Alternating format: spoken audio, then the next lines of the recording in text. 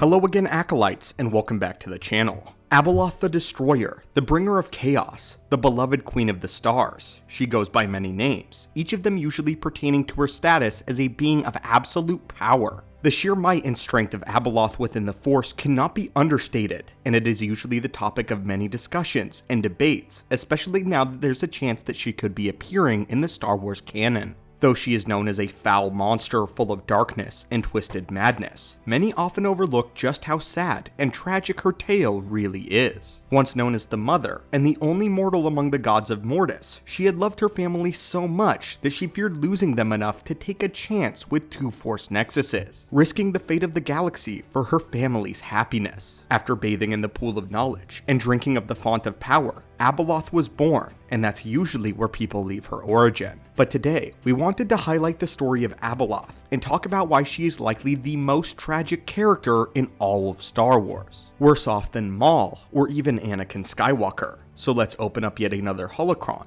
and discuss the true tragedy of Abeloth. Our story begins with a regular human woman. Her name is not known, having been lost to history over the course of 100,000 years. We don't know where she came from or how she became a servant to the Ones, but all we know is that she appeared one day in the courtyard of the original jungle world that the Ones originated. The woman was innocent. She had twinkling eyes and a big smile as she filled the cups of the son and daughter. The father was delighted with the woman and accepted her services. For a long time, the servant kept the son and the daughter distracted from their warring ways, distracting them with games and chores while doting at the father. Eventually, she would be accepted into the family and officially became the mother. It is astounding to think about the implications of what the mother accomplished. Here was a mortal woman who came from nowhere, able to keep the son and the daughter in harmony with one another much better than even the father could, the keeper of balance. The mother arose as the unelected, but the true keeper of balance between the three of them. The father tried to rule with fear and domination, forcing his children to submit to him out of fear of the power that he wielded.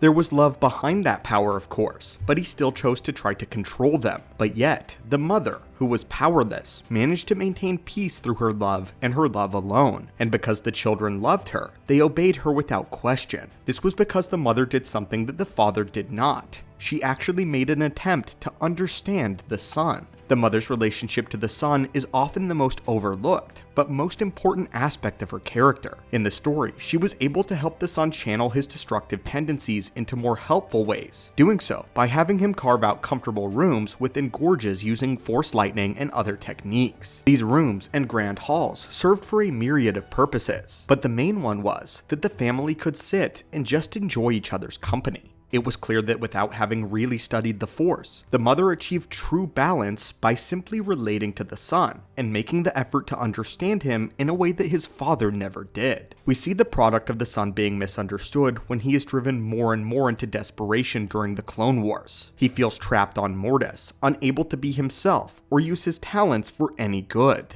The son is purposeless, devoid of any true calling. The father only wants him to contain himself rather than try to use his power for a constructive method. Yet, a long time ago, the mother had brought him to a place where he was able to use his destructive energy to bring his family together rather than splitting them apart. But no good thing ever lasts forever. Although the family loved her dearly, the twilight of the mother's life was upon her. The hard truth eventually came to smack her in the face. The Ones were immortal, and the mother was not.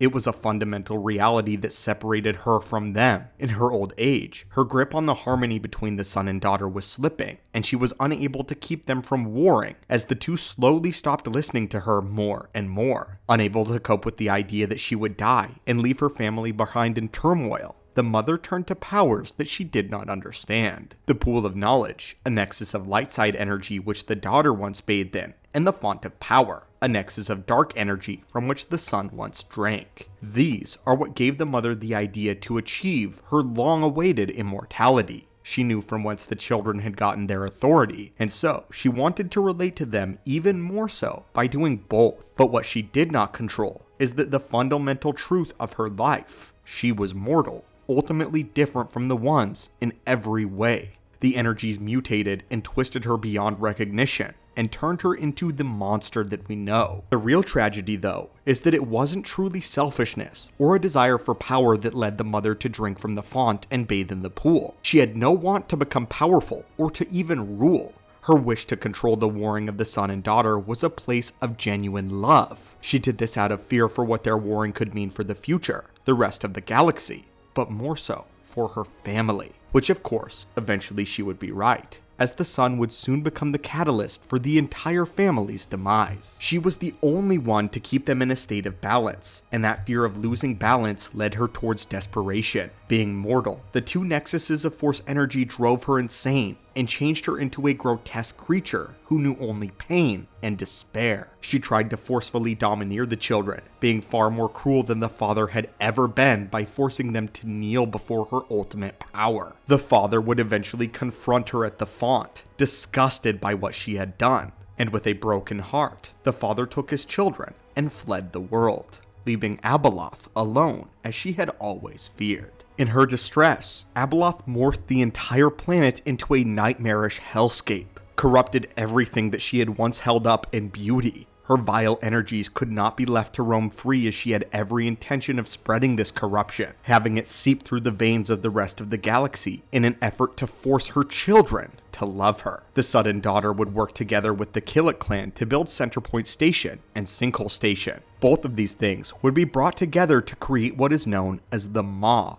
a forever prison around their former homeworld, and the cage that now held their mother. After fate decided to stab Abeloth, this was the twist of the blade, and one of the worst twists of fate imaginable, as now Abeloth was the reason the son and the daughter were working together again in harmony. But this time, it was to destroy her and to keep her imprisoned forever. Every once in a couple 10,000 years, Abeloth would break out of the Maw, and the son and daughter, the ones, would unite yet again against her to put her back. So, ironically, she forced them to work together, but this time, it was not for love of the mother, but rather against the creature that she had become. When she returns in the Fate of the Jedi, she is legitimately saddened by the death of her family despite everything that happened. Her ultimate goal was to create a new family by recreating the old. This is where she becomes obsessed with Ben Skywalker and the Sith, Vestara Kai. Fascinatingly, with the two of them, she attempted to create a new son and a daughter,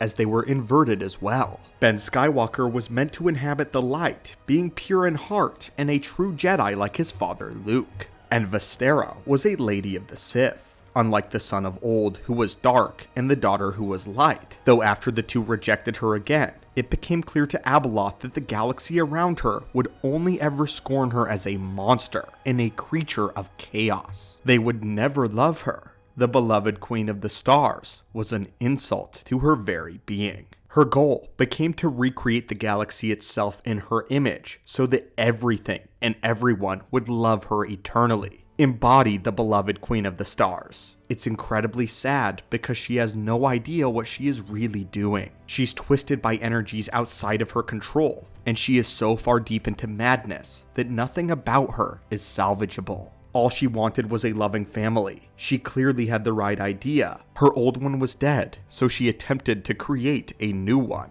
The homemaking, motherly tendency was still there, buried deep beneath all of the tentacles and sharpened teeth. But it was warped, corrupted. The selfless desire to serve and build a family was changed to a selfish need to be loved and admired, to the point where she had no issues dominating the minds and bodies of those around her, corroding them. She ceased to care about true love, which is all about the choice to love. Insanity gave birth to obsession, and she only then tried to achieve total control and worship. Abeloth is truly the most tragic character in the sense that there was no coming back or redemption for her whatsoever. The energies that warped her are permanent, and her soul can only be given rest when she is killed. She is too dangerous to be left alive, and Luke knew this. Unlike Vader, who had the capability to have conflict within him, Abeloth became pure evil beyond the Sith and could never be reached. This may be an oversimplification,